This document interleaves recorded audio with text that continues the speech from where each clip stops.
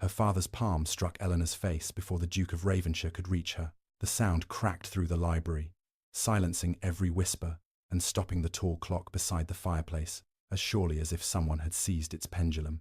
Eleanor stumbled against the writing table, and the unsigned marriage settlement scattered across the carpet. She did not cry out. She bent to gather the pages instead, because one of them had landed face up, and she knew at once that it had never belonged among the others.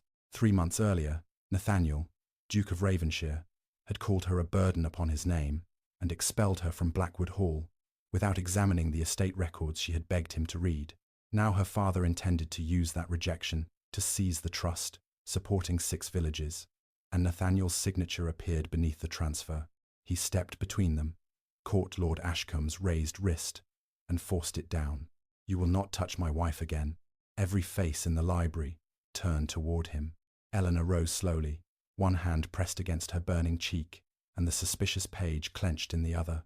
"Do not defend me with a title you refuse to honor." The words struck Nathaniel harder than any blow could have done. His grip loosened, but he did not move away. Behind him, Lord Ashcombe's face darkened with fury. "She ceased to deserve your protection when she robbed your tenants," her father said. "You said so yourself before half the county." "Yes," Nathaniel answered, his voice heavy with something Eleanor could not yet name. "And that is precisely why no one will leave this room, until I understand what I signed." He crossed to the double doors, turned the brass key, and slipped it into his coat. Lord Ashcombe ordered the footmen to open them, but neither man obeyed. They belonged to Ravenshire, not Ashcombe, and the Duke's authority had finally entered the room with him. Eleanor looked again at the page. Along its left edge ran a faint row of needle holes, too regular to be accidental. The original settlement had been bound with green silk cord, not sewn, and its final clause had guaranteed that the Ashcombe Trust would remain beyond her husband's control. Yet this page transferred the trust first to Nathaniel, and then, in the event of separation, to her father as temporary administrator. Someone had removed the true final clause and sewn in another. Her father lunged for it. Eleanor stepped back, but his fingers caught the corner. The parchment tore with a dry snap. She retained the lower half, the half bearing Nathaniel's signature, while Lord Ashcombe crushed the upper half in his fist. "Give me that," he demanded. No, it was the first time Eleanor had refused him without lowering her eyes. She felt the old fear rise inside her, the fear he had taught her as a child with locked rooms, withheld meals, and the quiet promise that no one would believe a disobedient daughter. But she was no longer trapped in his nursery, and his anger was no longer the most dangerous thing in the room. "My mother created that trust," she said. "It fed families during the winter shortage. It repaired the mill after the river flooded. You have no right to take it." "I have every right. You disgraced this family, squandered Ravenshire's rents, and forced your husband to cast you out." Eleanor glanced at Nathaniel. He did not deny it. That silence hurt more than the slap. Nathaniel had once trusted her judgment enough to place every tenant petition on her breakfast tray. Together, they had restored 2 failing farms and reopened the village infirmary. Then money began disappearing from the estate accounts. Copies of letters appeared in Eleanor's hand, ordering rent collections she had never authorized. She asked him for 3 days to compare the seals and ledgers. He gave her 3 minutes. He signed the accusation while she stood before his desk, then watched as his servants carried her belongings into the rain. Now he reached for the torn parchment. "Eleanor, let me see the signature." She withdrew it beyond his grasp. "You saw it when you placed it there." A muscle tightened in his jaw. "I was told it authorized an independent examination of the trust." "By whom?" Lord Ashcombe answered before he could. "By the family solicitor." Naturally. Mr. Pritchard, the grey-haired solicitor standing near the bookcase, went visibly pale. "Your Grace, I prepared no such authorization." The silence that followed was different from the first. This silence possessed a shape, an intention, and Eleanor suddenly understood that the gathering had never been arranged merely to humiliate her. Her father had summoned the Duke, the solicitor, and 3 trustees before sunrise, because he needed the transfer witnessed before anyone could compare it with the original settlement. Nathaniel turned toward Lord Ashcombe. "Where is the original?" "In safekeeping." "Where?" "That is no concern of yours. It became my concern when you placed my signature beneath a clause I was never permitted to read." Eleanor studied the torn edge more closely. A tiny strand remained trapped beneath the stitching. Not green silk, but blue wool. She had seen that exact shade before, wrapped around bundles of rent receipts in the Ravenshire estate office. The records she had been accused of stealing had not disappeared. They had been brought into her father's house. A violent crash sounded beyond the locked doors. Someone was attempting to force entry from the corridor. Lord Ashcombe's anger vanished, replaced by unmistakable fear. Eleanor folded the torn page and hid it inside her sleeve. "Who is outside?" Nathaniel demanded. Her father stared at Eleanor's hand, as though he could see through the fabric. "Someone who has come to make certain my daughter never leaves this room with that paper." The handle twisted again, followed by a man's voice demanding entrance. But Nathaniel kept his eyes on Lord Ashcombe. "Answer me. Who is outside?" Lord Ashcombe pulled himself upright and adjusted his coat, as though dignity could conceal fear. "The man who has agreed to assume responsibility for Eleanor, now that you have discarded her."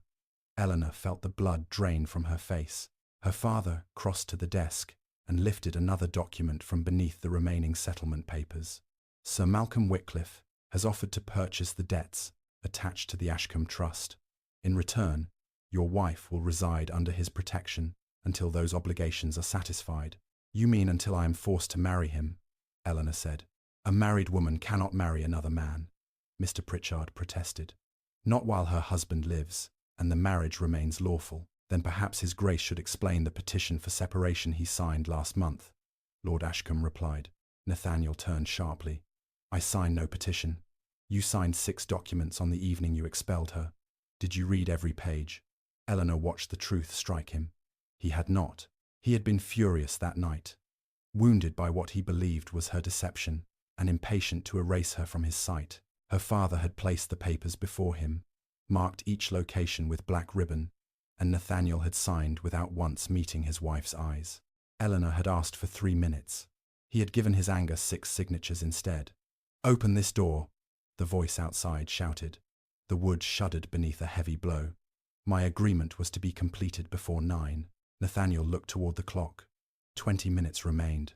"What happens at 9? Eleanor asked. Her father did not answer, but Mr. Pritchard moved nervously beside the bookcase. She followed his gaze to the small iron strongbox resting on the bottom shelf. Blue wool was knotted around its handle, the same blue wool whose fibre had been trapped inside the altered settlement. Eleanor crossed the room before anyone understood what she had seen. Her father seized her shoulder, but Nathaniel caught him and forced him back. She knelt before the strongbox.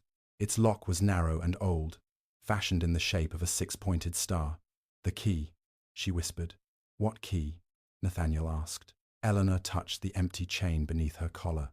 Her mother had given her a silver key on her 16th birthday, telling her it belonged to something Eleanor would receive when she was ready to protect more than herself.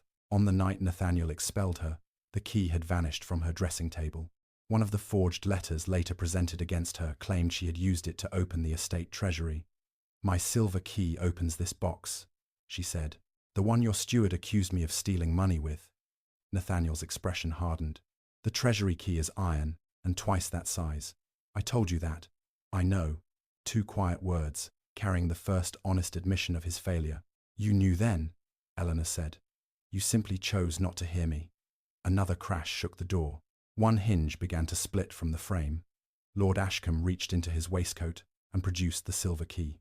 He moved toward the fireplace, but Eleanor caught his arm before he could throw it into the flames. He struck at her again. This time, Nathaniel intercepted the blow and drove him against the desk. The key fell, slid across the carpet, and stopped at Eleanor's feet. She picked it up. "If you open that box," her father warned, 6 villages will lose everything before noon." Eleanor stared at him. "If I do not open it, they will lose everything at 9. The lock turned with a soft metallic click. Inside were bundles of rent receipts, letters bearing the Ravenshire seal, and a narrow account book bound in dark red leather.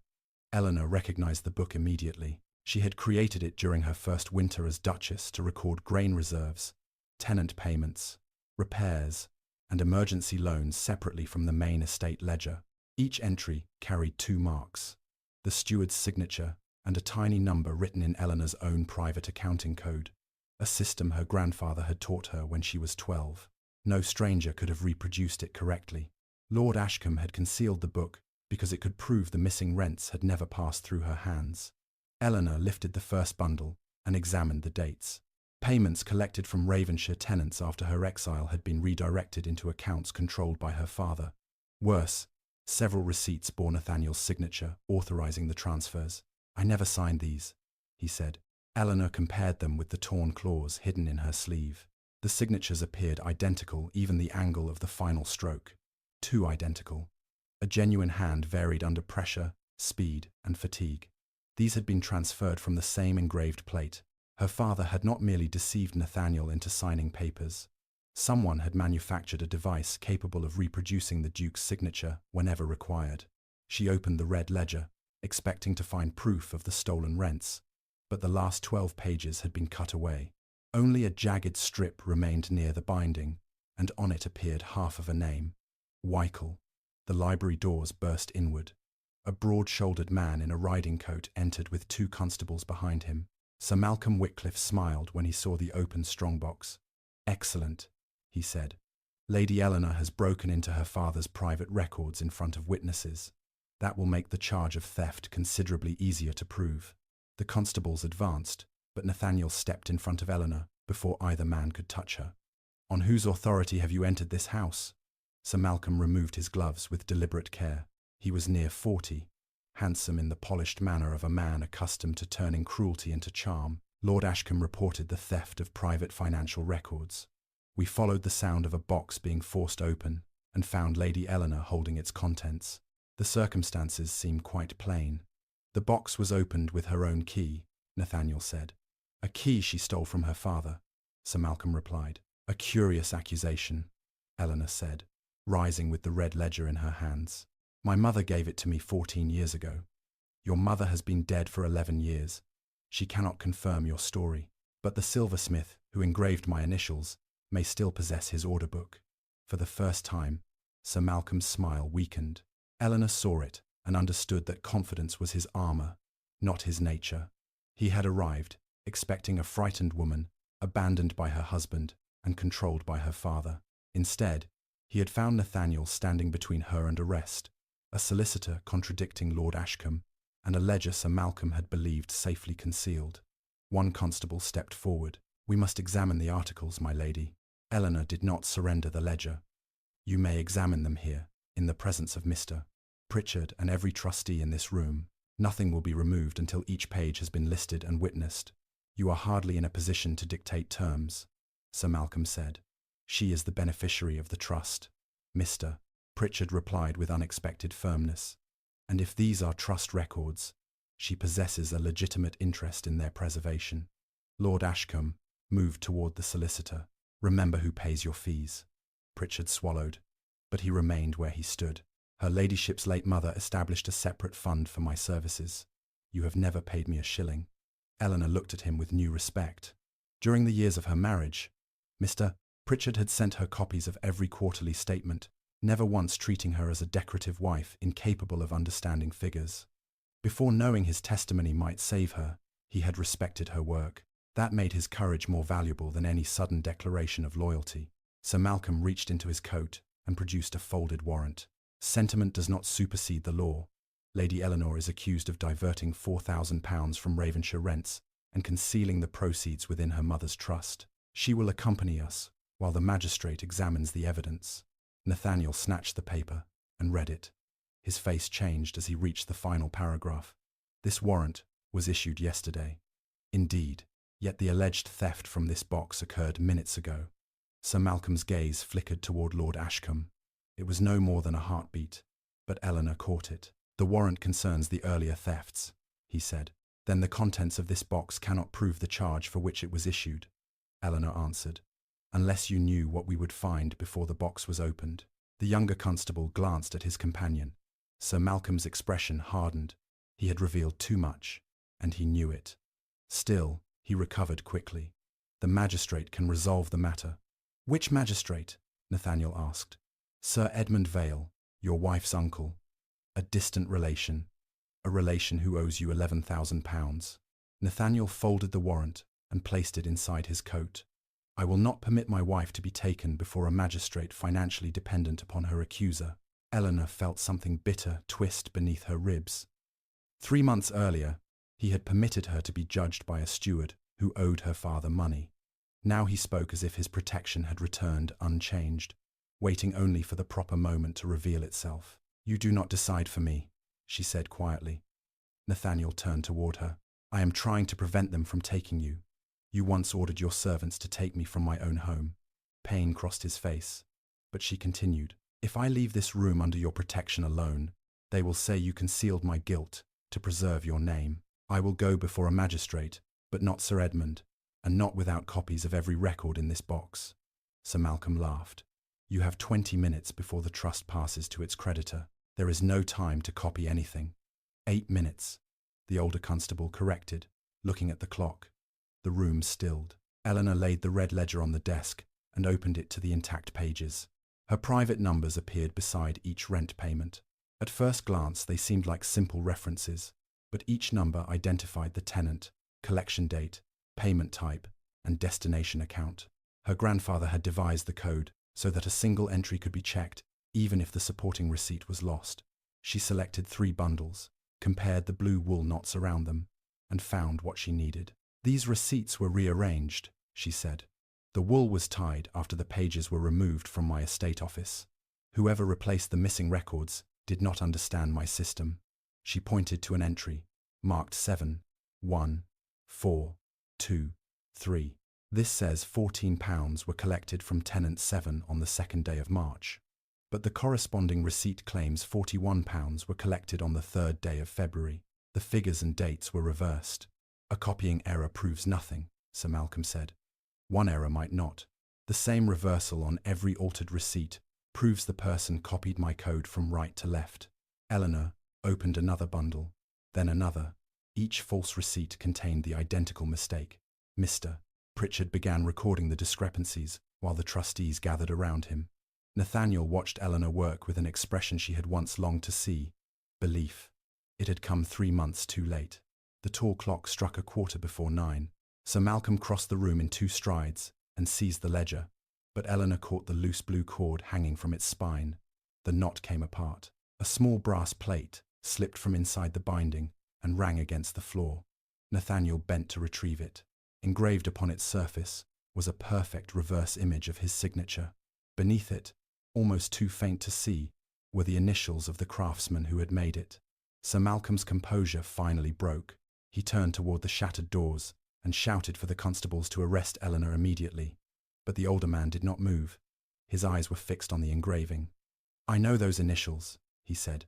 "The craftsman died last week after telling my brother that a gentleman had paid him to forge a duke's hand." Sir Malcolm's hand closed around the older constable's arm. "Be careful, Harris. A dead man's drunken boasting is not evidence." Constable Harris pulled free.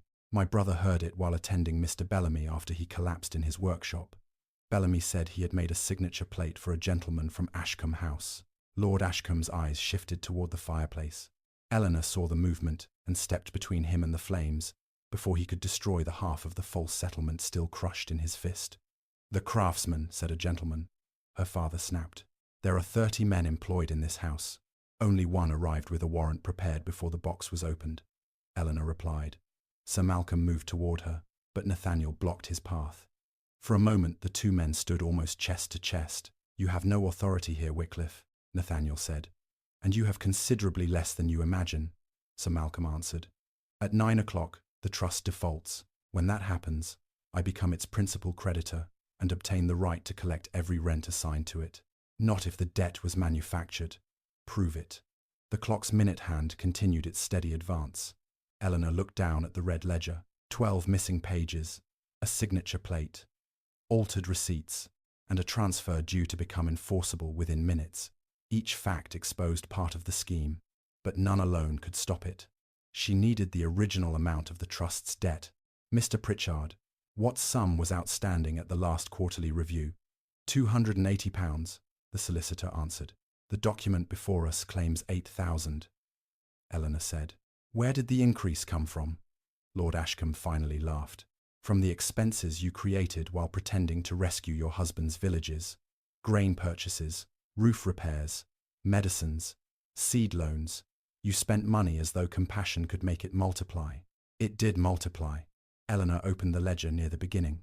The winter grain was purchased when prices were low and repaid after harvest. The mill repairs increased annual income by £300.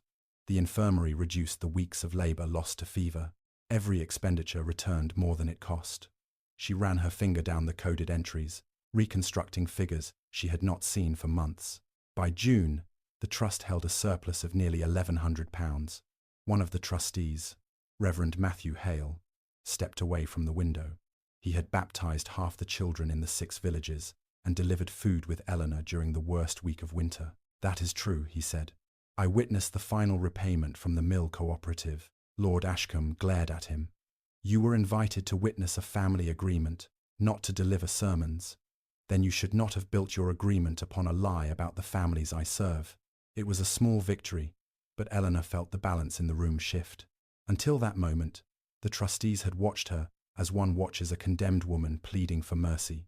Now they moved closer to the ledger. She showed them the payments, translating each private number into a name, a date, and a purpose.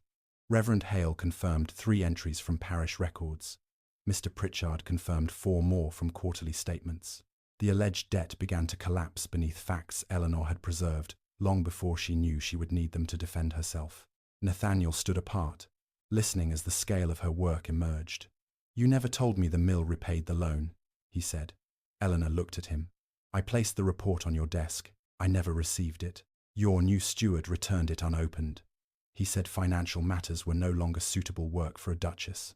Nathaniel's gaze dropped to the brass plate in his palm. The steward, Mr.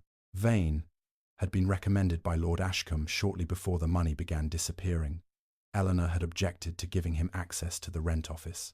Nathaniel, resentful that the tenants came to his wife more readily than to him, had dismissed her concern as an attempt to control the estate. His pride had opened every locked drawer the conspirators required. "Where is Vane now?" Nathaniel asked. Sir Malcolm smiled again. "On his way to Ravenshire, I should imagine." Eleanor's hand stopped above the ledger. "Why?" "Because when the trust defaults, its creditors may seize the grain, livestock, and equipment pledged as security. The village's winter stores were never pledged. According to the settlement bearing your husband's signature, they were." The clock began to strike 9. Once, twice. Sir Malcolm drew a silver watch from his pocket. With every chime, Eleanor pictured wagons entering the villages, storehouses being opened, and frightened families watching their food carried away under documents bearing the Duke's name. At the 9th stroke, Sir Malcolm closed his watch. "The trust is now in default." He turned to the constables. "Take Lady Eleanor and instruct the men outside to deliver the seizure orders." Nathaniel moved first, but Eleanor caught his sleeve. If he used force, Sir Malcolm would portray every discovery as intimidation by a powerful husband protecting a guilty wife. She could not allow Nathaniel's rank to replace her proof. "Let the orders be delivered," she said. Everyone stared at her. "Eleanor, they will empty the granaries," Nathaniel warned. "No," she replied. "They will try." She removed the torn settlement page from her sleeve and placed it beside the red ledger. "My mother knew my father might one day attempt to control the trust, so she required 2 separate conditions before any property could be pledged: the signatures of all 3 trustees and a physical inventory bearing the parish seal." "Reverend Hale, did you sign such an inventory?" "Never." "Then the seizure is unlawful." Sir Malcolm shrugged. "Tell that to the men, already opening the first storehouse." Eleanor looked toward Reverend Hale. "How quickly can you reach Street Anne's?" 20 minutes on my best horse." "Ride there. Ring the fire bell 3 times. The tenants will gather in the churchyard, and the parish inventory is kept beneath the altar. Do not confront Wycliffe's men. Make them state their authority before witnesses." Nathaniel took a step toward her. "I will ride with him." "No, your place is here." "Why?" Eleanor turned the brass signature plate over in his palm. A smear of fresh black ink marked its edge. "Because someone used this plate this morning, and the document they signed has not yet left the house." Nathaniel examined the fresh ink on the brass plate, then looked across the library as though the walls themselves had become accomplices. "Search the room," he ordered. Sir Malcolm gave a contemptuous smile. "Your title does not grant you the right to search another man's house." "No, Eleanor said. But the trustees have the right to inspect any document affecting the trust. She turned to Mr. Pritchard. Begin with the desk. The solicitor hesitated only a moment before opening its drawers. Lord Ashcombe tried to stop him, but Constable Harris stepped into his path. Whatever authority had brought the constable there was now restrained by doubt. Mr. Pritchard found nothing in the first drawer except household bills and correspondence. The second contained sealing wax, ribbon, and a stack of blank parchment. The third was locked. Eleanor held out her silver key, but it did not fit. "Father carries that key on his watch chain," she said. Lord Ashcombe covered the chain beneath his waistcoat. Nathaniel could have ordered the drawer broken open. Instead, he looked at Eleanor. "What do you want done?" The question startled her more than his intervention after the slap. During their marriage, he had often asked what she thought, but only until her answer challenged his pride. This time, she saw no impatience in him, only the first painful recognition that the decision belonged to her. "Record his refusal before the trustees," she said, "then seal the desk so nothing can be removed without breaking their marks." Mr. Pritchard wrote the refusal into his notes. Each trustee pressed his signet into separate drops of wax placed along the drawer's edge. Lord Ashcombe watched his desk become evidence he could no longer secretly disturb. Sir Malcolm remained strangely calm. "Search every drawer if it entertains you. The trust is already mine." "Not yet," Eleanor replied. "A creditor cannot lawfully seize property under an incomplete instrument, and you cannot prove the instrument incomplete without the original final clause." His certainty told her something important. The missing clause was not inside the desk. It had either been destroyed or removed from the house. The conspirators believed the torn substitute and forged signature would be enough. Reverend Hale hurried toward the broken doors, but before he could leave, one of Sir Malcolm's servants appeared in the corridor. Mud splashed to his knees and alarm in his eyes. He whispered urgently into his master's ear. Sir Malcolm's expression sharpened. "There has been a disturbance at St. Anne's," he announced. "One of the grain storehouses has caught fire." Eleanor's heart lurched. "Your men were already there. My agents were executing a lawful seizure." "Before 9, Mr. Pritchard said. "You stated that your authority did not begin until the trust defaulted at 9. Sir Malcolm glanced at the clock and realized his servant had exposed the lie. His men must have arrived much earlier, perhaps before dawn. The seizure had never depended on the agreement becoming lawful. It depended only on the villagers believing it was. Nathaniel seized his riding gloves. "I am going to St. Anne's. If you leave now, I will file the separation petition immediately and publish every accusation against your wife. Society will know that the Duke of Ravenshire cast her out for theft and then suppressed the evidence when he discovered her family's fortune might be lost." Nathaniel stopped. Eleanor saw the choice before him. If he remained, he might preserve his public dignity and negotiate privately. If he rode to the village, he would have to acknowledge before tenants, trustees, and officers that the orders bearing his signature were false and that his own recklessness had made the fraud possible. 3 months earlier, he had chosen reputation over truth. Now the same choice stood before him again. "File it," he said. Sir Malcolm's smile vanished. Nathaniel turned to the trustees. "You will hear this from me before Wycliffe prints his version. I accused my wife without a proper inquiry. I expelled her from our home and transferred control of the records to men she had warned me not to trust. The signature on these seizure orders may be false, but their power comes from the public accusation I made against her. That fault is mine." Eleanor's breath caught, but she refused to let relief soften her judgment. A confession could not restore 3 months of humiliation or return the security his actions had taken from her. Still, his words mattered because they cost him something.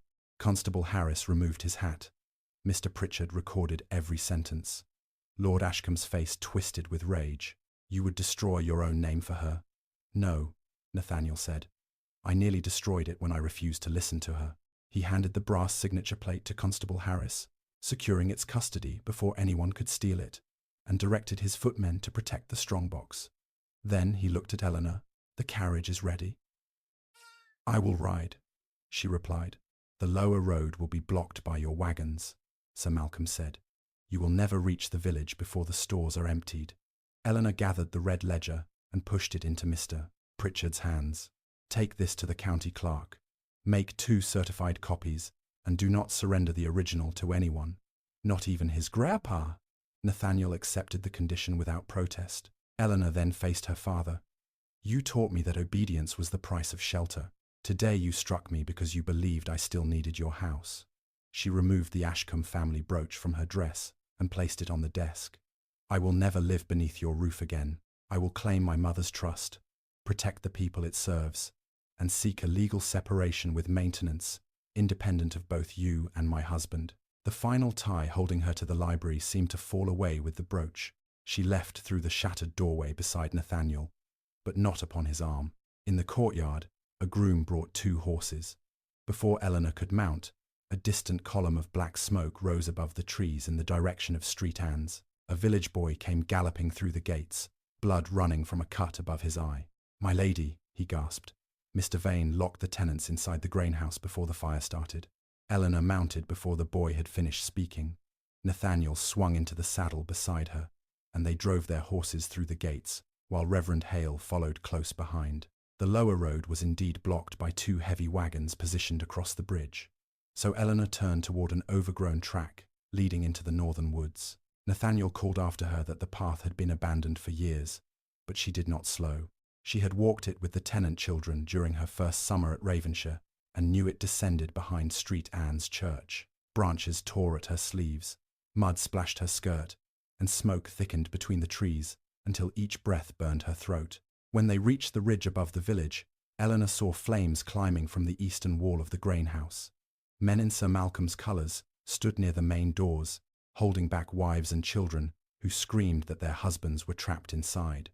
Mr. Vane watched from horseback, a folded seizure order raised in one gloved hand. By authority of the Duke of Ravenshire, this property belongs to Sir Malcolm Wycliffe, he shouted. Anyone interfering will be arrested for theft. Eleanor rode straight through the crowd. That order is false. At the sight of her, the villagers' cries changed. Some called her name with relief, while others stared as though a disgraced duchess had returned from the grave. Mr. Vane wheeled his horse toward her. You were forbidden from entering Ravenshire property. This land belongs to my mother's trust, and you are standing upon it without lawful authority. Vane lifted the document. Nathaniel reached them a moment later and tore it from his hand. The forged signature stood at the bottom, still glossy with the same black ink found on the brass plate. Open the doors, Nathaniel ordered. Vane did not obey.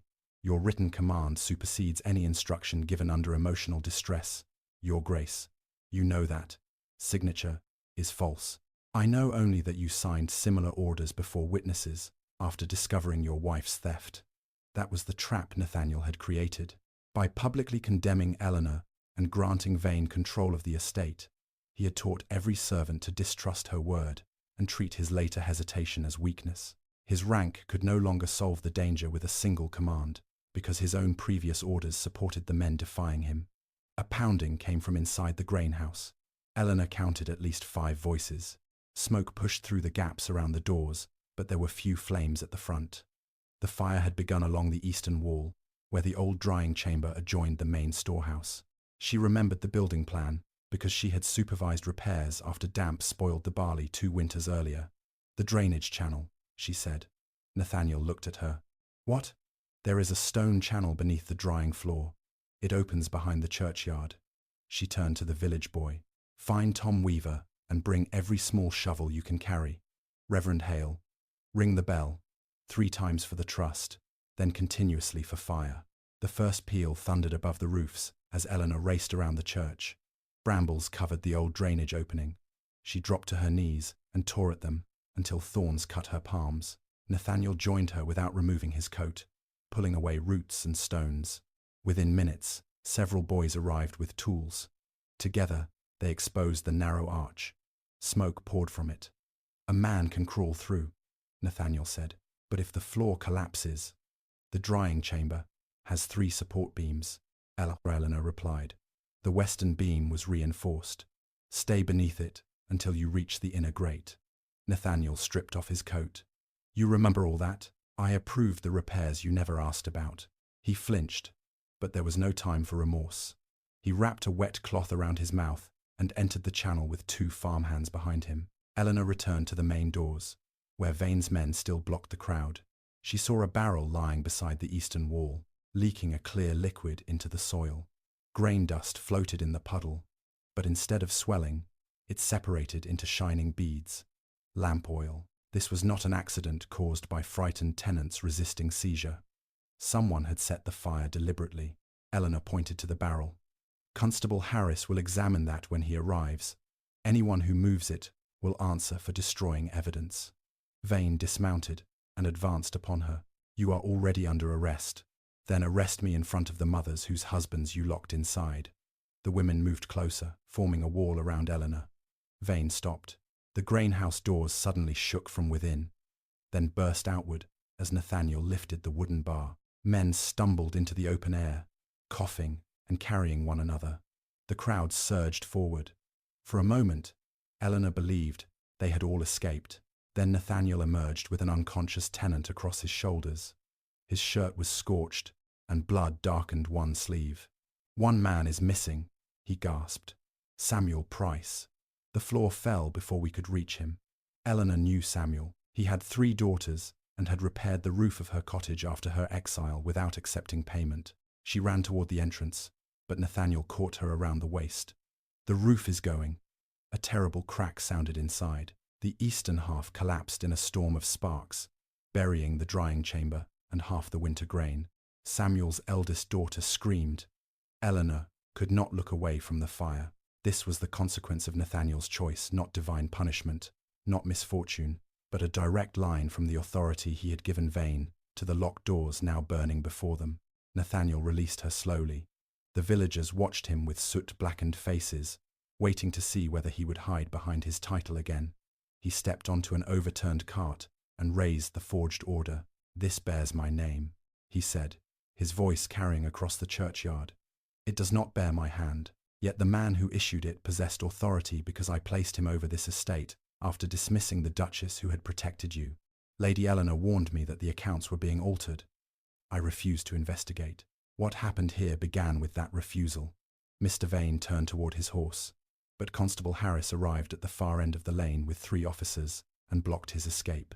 Reverend Hale recovered the parish inventory from beneath the altar, proving no grain had ever been pledged. The seizure halted, but the victory felt hollow. Half the winter stores were gone.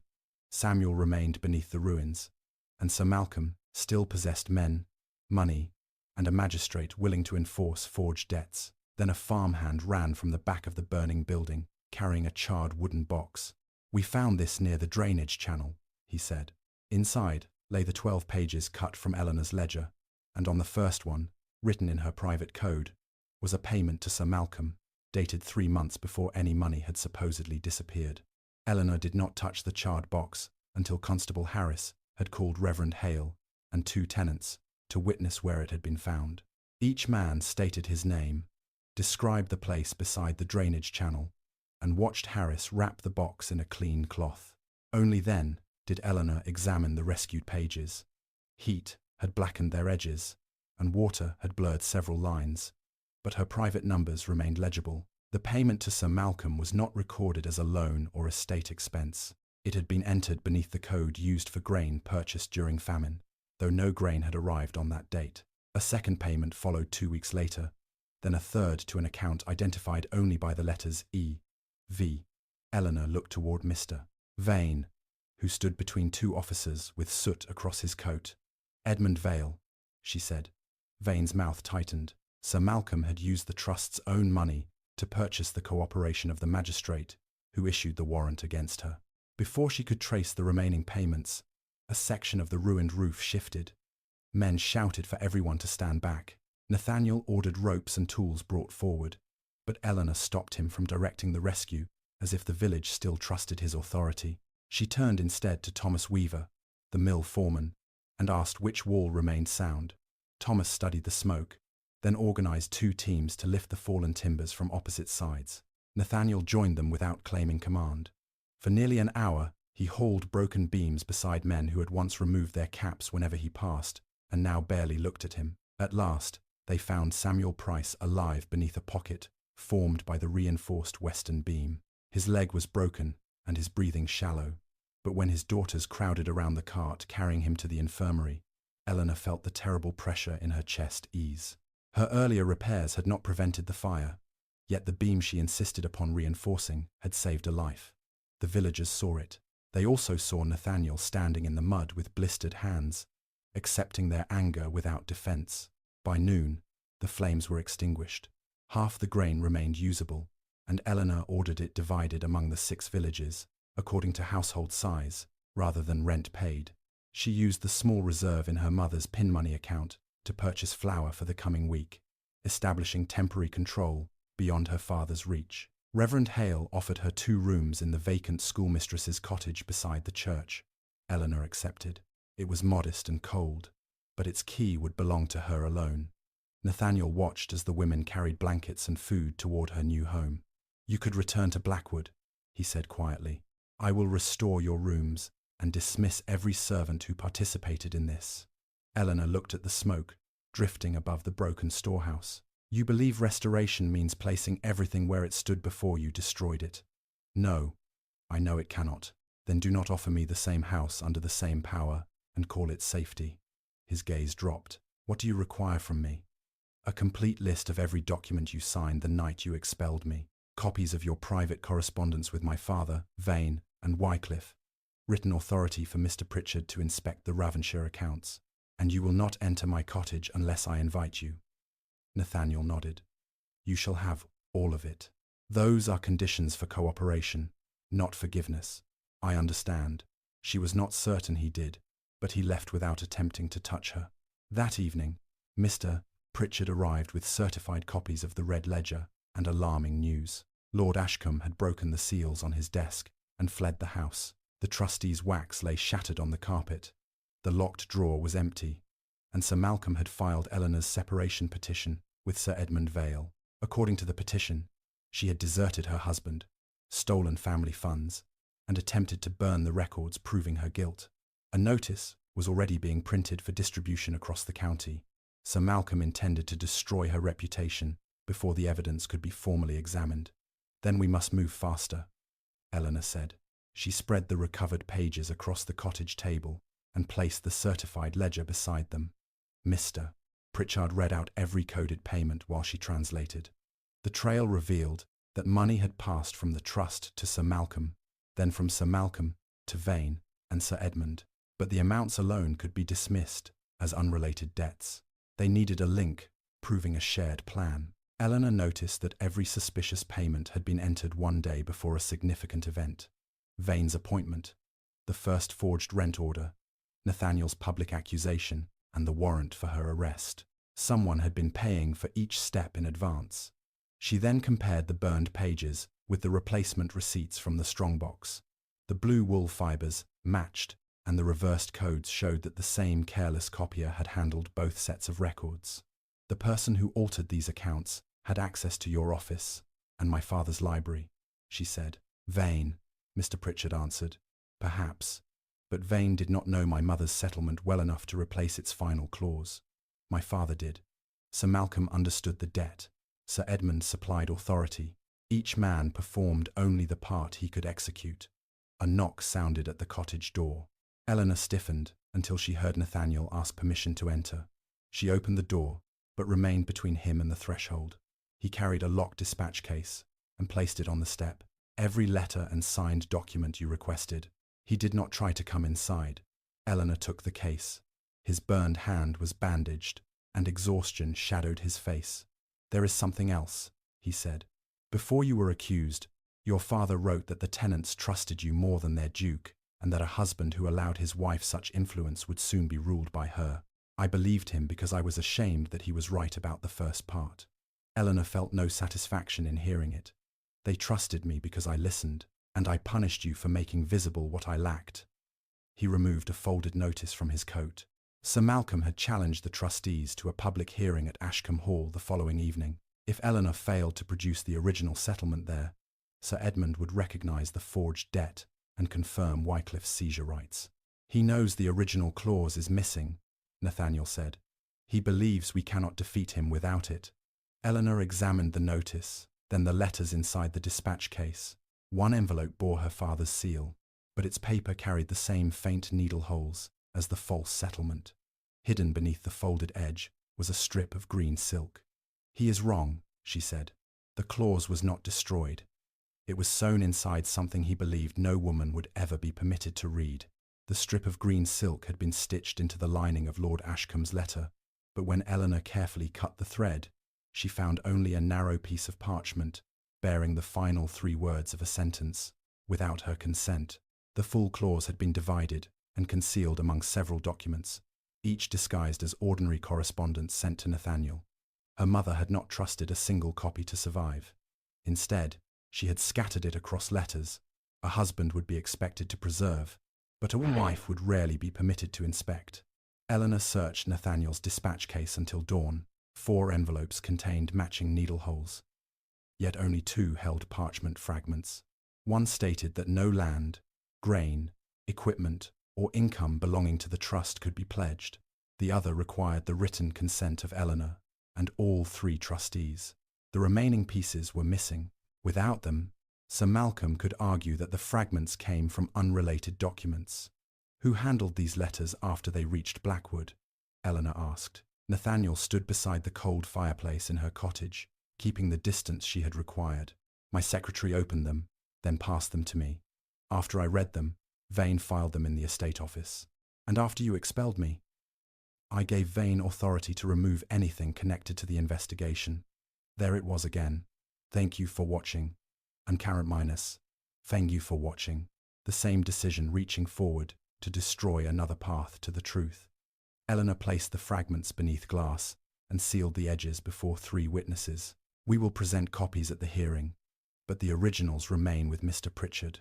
Nathaniel nodded. "I will have men guard him." "Men chosen by whom?" "By Reverend Hale." That answer showed he had begun to understand. By midday, however, Sir Malcolm struck first.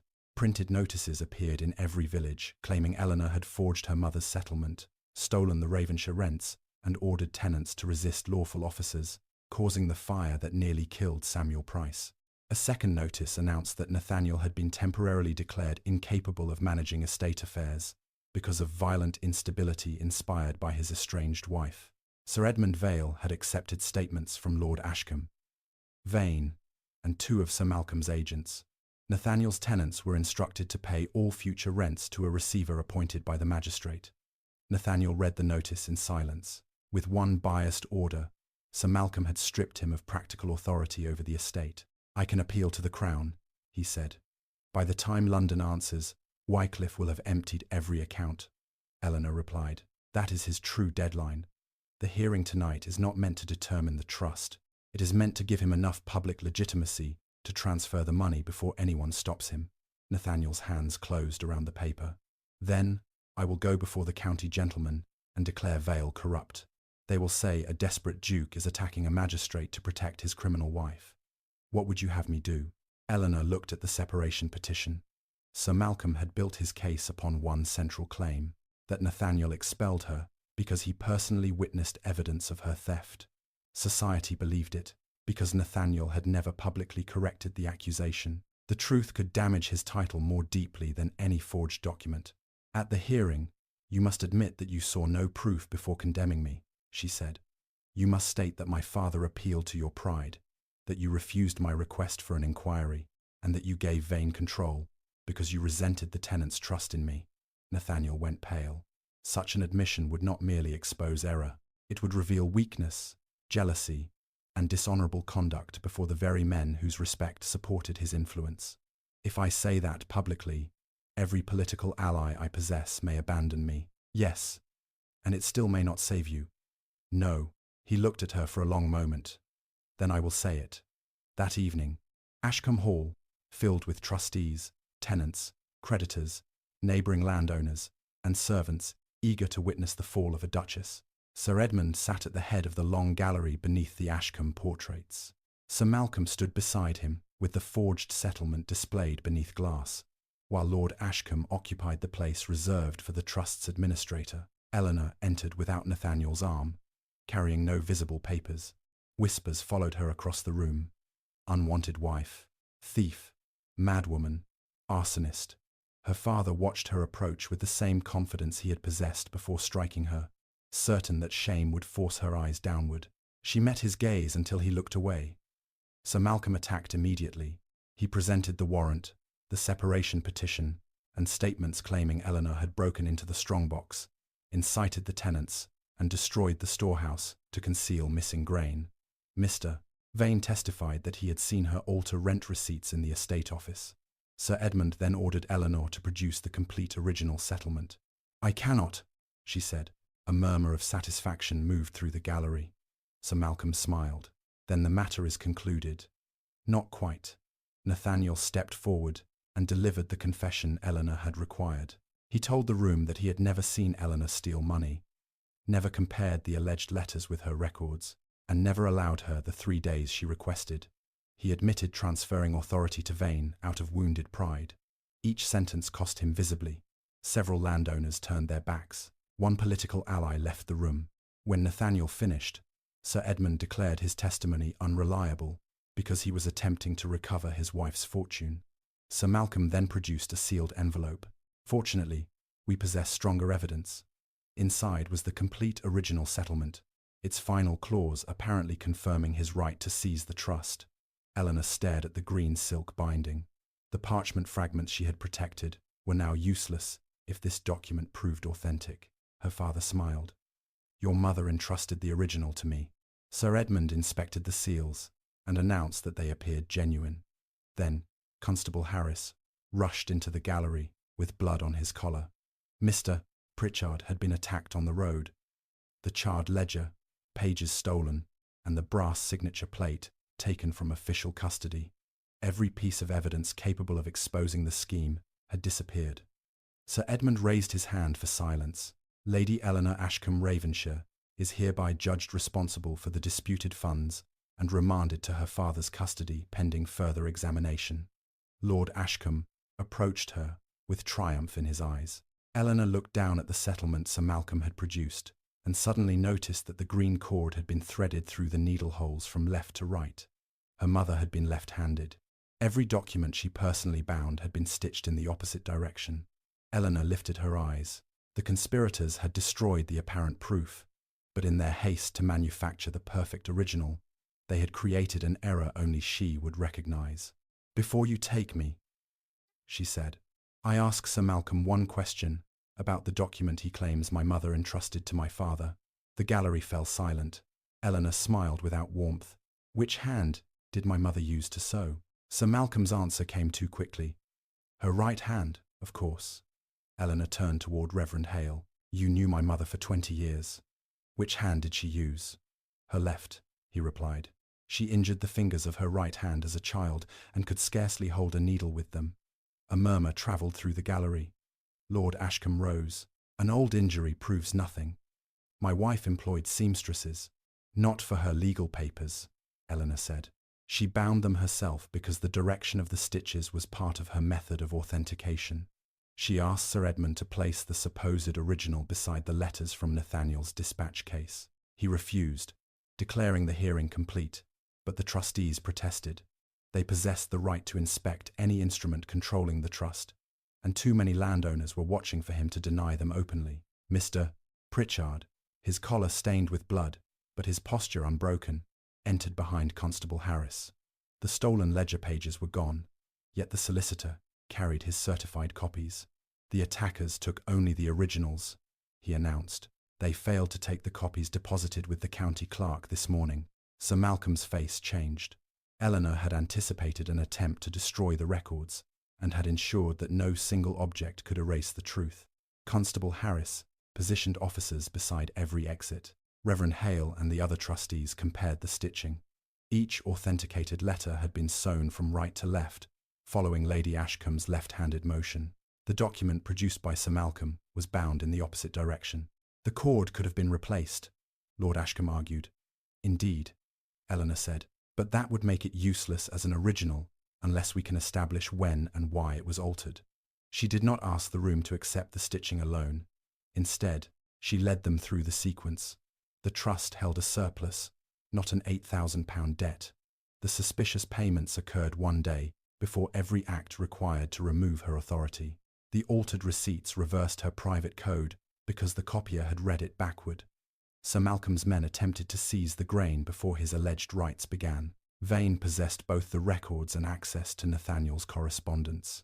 The brass plate reproduced Nathaniel's signature perfectly, while the forged orders carried ink, used that same morning. Each fact supported the next. None depended upon a confession. Sir Malcolm recovered enough composure to attack. An elegant performance, but the Duchess cannot prove that I knew of her private code, handled the signature plate, ordered the fire, or altered this settlement. Not yet, Eleanor said. She asked Constable Harris to bring Mr. Vane forward. The steward had been promised leniency if he identified the man who ordered the tenants locked inside the grain house, but he denied receiving any such command. The doors were barred because the villagers became violent, he insisted. And where were you when the eastern wall caught fire? At the front entrance. Then how did you know the fire began beside the drying chamber? Vane froze. Eleanor had never publicly named the starting point. Only the people who found the oil barrel and those who had been at the eastern wall could know it. I saw the smoke, he said. The wall was hidden from the road by the storehouse. You could not have seen it from the entrance. Vane looked towards Sir Malcolm. That involuntary appeal revealed more than his words. Sir Malcolm immediately distanced himself. A dishonest steward, acting to conceal his theft, has no connection to me. Eleanor nodded as though she accepted the claim. Then you will have no objection to answering a question about your own document. She pointed to the supposed original settlement. What sum does its final clause identify as the maximum emergency debt? £8,000, Sir Malcolm replied. Read it again. He glanced down. £8,000. The clause is written in legal script, and the amount appears only in words. You answered, without looking closely enough to read them. I have examined the document before. You told us my mother entrusted it to my father. When did you examine it? Sir Malcolm hesitated. This afternoon. Where? In this gallery. Then why did your servant tell Constable Harris yesterday that you were waiting for an agreement to be completed at 9? The younger constable confirmed hearing the servant's statement. Sir Malcolm's account was narrowing around him, but Eleanor still needed to connect his knowledge to the manufacture of the false document. She asked Mr. Pritchard to read the final clause aloud. He unfolded the parchment and began. The language sounded convincing until he reached the debt amount. £8,000 sterling, secured against the Western farms, the mill, and all grain held within the 6 trust villages. Eleanor stopped him. My mother never called them the 6 trust villages. What phrase did she use in every authenticated letter? Reverend Hale answered. The parishes under my protection. It was a private expression Lady Ashcombe had adopted after Reverend Hale saved 2 children during a flood. Sir Malcolm could not have known it, but Lord Ashcombe could. Eleanor turned to her father. You supplied the legal language. Vane supplied the records. Sir Edmund supplied the warrant. But Sir Malcolm supplied the debt and the deadline. The forged settlement combines knowledge belonging separately to all 4 of you. Sir Edmund struck the table. This is conjecture. Then let us test it. Eleanor asked that 4 blank sheets be placed before the accused men. She dictated 3 figures from her private code and requested that each man copy them exactly as they believed they appeared in the ledger. Lord Ashcombe refused. Sir Edmund declared the request insulting. Vane's hand shook. Sir Malcolm laughed and wrote the figures without hesitation from right to left, reversing them in precisely the same manner as every altered receipt. The gallery fell utterly silent. He stared down at what he had written and realized too late that Eleanor had never asked him to translate the code. Only the person who had already copied it would possess that habit. Eleanor lifted the paper carefully, but before she could deliver it to Constable Harris, Lord Ashcombe seized a candle and hurled it onto the evidence table. Flames climbed the forged settlement and raced toward the certified ledger copies. Nathaniel threw himself across the table, sweeping the papers clear, while Harris restrained Lord Ashcombe. Sir Malcolm ran for the side door, but the tenants blocked it. Eleanor recovered his handwritten figures from the floor, the edge burning between her fingers, and extinguished them beneath her shoe. She then placed the surviving sheet beside one of the reversed receipts. The errors matched perfectly. Now, she said, turning to Sir Edmund, we require one final authentication, the name of the man who paid Mr. Bellamy to manufacture the Duke's signature plate. Constable Harris opened the gallery doors. A thin young apprentice entered. carrying his late master's order book. He looked directly at Sir Malcolm, then at Lord Ashcombe, and raised his hand to identify the customer. The apprentice pointed not at Sir Malcolm, but at Lord Ashcombe. "He ordered the plate," the young man said. "His lordship brought an impression of the Duke's signature and paid my master £20 to engrave it. Sir Malcolm collected it 3 days later." Lord Ashcombe struggled against Constable Harris. "The boy is lying." Then he could not know this. The apprentice opened Mr. Bellamy's order book to a page bearing a charcoal rubbing of Nathaniel's signature. Beside it, the craftsman had recorded the date, the payment, and the initials L.A. A second entry documented delivery to M.W., witnessed by the apprentice himself. The ordinary workshop record completed the chain Eleanor had built. Her father commissioned the plate, Sir Malcolm collected it, Vane used it upon false orders, and Sir Edmund enforced the forged claims. Sir Edmund attempted to leave his chair, but the county landowners demanded that he remain until a senior magistrate from the neighbouring district arrived. Constable Harris had already sent for one, after recognising Sir Edmund's financial connection to Sir Malcolm. The hearing that had been arranged to disgrace Eleanor became the place where every conspirator lost control of the story. Mr. Pritchard displayed the certified ledger copies. Reverend Hale authenticated the parish inventory. The apprentice identified the signature plate and described the reverse engraving. The trustees compared the backward codes on Sir Malcolm's handwritten test with those on the altered receipts. Finally, Nathaniel confirmed that he had never authorised the seizure, the trust transfer, or the petition placing Eleanor beneath her father's custody. He did not attempt to excuse the documents he had genuinely signed. "Their forgeries succeeded because I made the first accusation for them," he said before the entire gallery. "I rejected my wife without proof, denied her the inquiry she requested, and gave her father and my steward the authority they needed to steal from her. Lady Eleanor's disgrace belongs to me. Her vindication belongs to her alone." No one spoke for several seconds. Then, one of the trustees asked Lord Ashcombe why he had participated. Eleanor's father stopped struggling and looked at her with naked resentment. He did not confess, but the evidence explained his motive. Her mother's trust had remained beyond his control, while Eleanor's successful management had made it grow.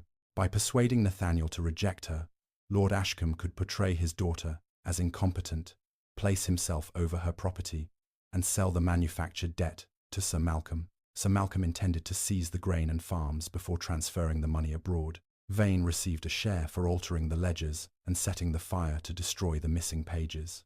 Sir Edmund accepted payments in exchange for warrants and rulings that gave their theft the appearance of law. Their greatest error had been contempt. They assumed Eleanor's accounting system was meaningless. Decoration, her mother's stitching unimportant women's work, the apprentice beneath notice, and the villagers too frightened to speak. Every detail they dismissed became part of the proof against them. The neighbouring magistrate arrived before midnight. Sir Malcolm and Vane were detained on charges connected to forgery, fraud, unlawful seizure, and the fire at St. Anne's. Sir Edmund was suspended pending formal inquiry, and his financial records were sealed. Lord Ashcombe was placed under house confinement after attempting to burn the evidence and assaulting both his daughter and the officers restraining him. His control of the trust ended immediately. Eleanor did not ask for a punishment more brutal than the law allowed. She asked only that none of them retain access to the people or property they had abused. The trustees unanimously restored her authority under an independent legal arrangement prepared by Mr. Pritchard. The false debt was cancelled. Sir Malcolm's claim upon the farms was declared void. Funds, recovered from his accounts, paid for the rebuilding of the grain house, Samuel Price's treatment, and replacement food for every household affected by the fire. Nathaniel added money from his private unentailed property, refusing to charge a penny to the estate or call the payment charity. He dismissed Vane publicly, restored the positions of every servant removed for supporting Eleanor, and issued written corrections to every household that had received his accusation. He also withdrew his opposition to her legal separation and granted her the schoolhouse cottage, surrounding land, and a generous, independent maintenance for life. None of those actions purchased forgiveness. Eleanor made that clear when he visited St. Anne's 6 weeks later and waited outside her gate until she invited him in. The bruise from her father's slap had faded, but some wounds had no colour and disappeared from no mirror. Nathaniel stood before her without the authority of a duke, demanding entry to his wife's home. "The separation terms are signed," he said, placing the document on her table. "Blackwood's accounts are open to the trustees permanently. I have no power to revoke it." Eleanor examined the signatures before looking at him. "Thank you. I do not expect you to return. Do you expect me to forgive you?" "No. I hope that one day you may believe I have become a man who would deserve the chance to ask." His answer did not repair their marriage, but it did not claim a reward for remorse. Eleanor agreed that he might write to her once each month. Nothing more. Over the following year, the 6 villagers recovered. The rebuilt grain house bore no ducal crest. Above its doors hung a simple carved image of a silver key, chosen by the tenants to honor the woman who had opened the truth. Nathaniel kept his distance. His letters contained no pleas, only honest accounts of the work he had done and the decisions he now placed before the trustees, instead of making a loan. Eleanor answered only when she wished. On the anniversary of the fire, the villagers gathered to open the new storehouse. Nathaniel remained at the edge of the crowd until Eleanor approached him. "Walk with me," she said. Hope crossed his face, but he offered neither his hand nor his arm. He waited for her to choose the distance between them. Together they entered the building, not as a reconciled husband and wife, and not as strangers, but as 2 people beginning the long work of discovering whether trust could ever be built again. At the central table, Eleanor placed her silver key inside a wooden box containing the new inventory. She turned the lock herself, slipped the key into her pocket, and walked forward while every door behind her remained open.